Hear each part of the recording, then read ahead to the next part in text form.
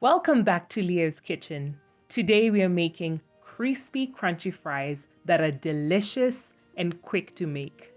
For those of you who are here for the first time, welcome and make sure to subscribe. I upload easy, affordable, and delicious recipes on this channel on a weekly basis. For this recipe, we'll need 3 large russet potatoes, 1 tablespoon of vinegar, half a tablespoon of salt, and around 3 cups of olive oil. So we'll get started by peeling our russet potatoes and chopping them up into fries that are about 1/4 inch thick.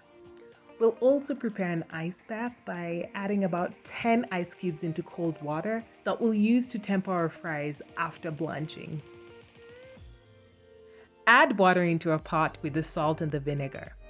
The vinegar will prevent the potatoes from falling apart if by chance they're left in the water for too long. Once the water started boiling, add in our fries and cook them for exactly 3 minutes. At this point, strain them and put the fries into the ice bath to prevent them from cooking further. After about 5 minutes or so, drain out the water and dry the fries on a cloth.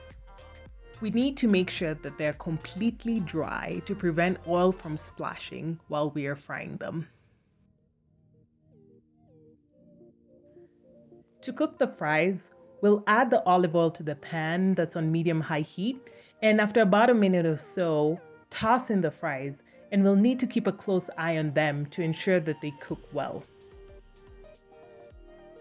Occasionally flip the fries and check that they're getting that beautiful golden color.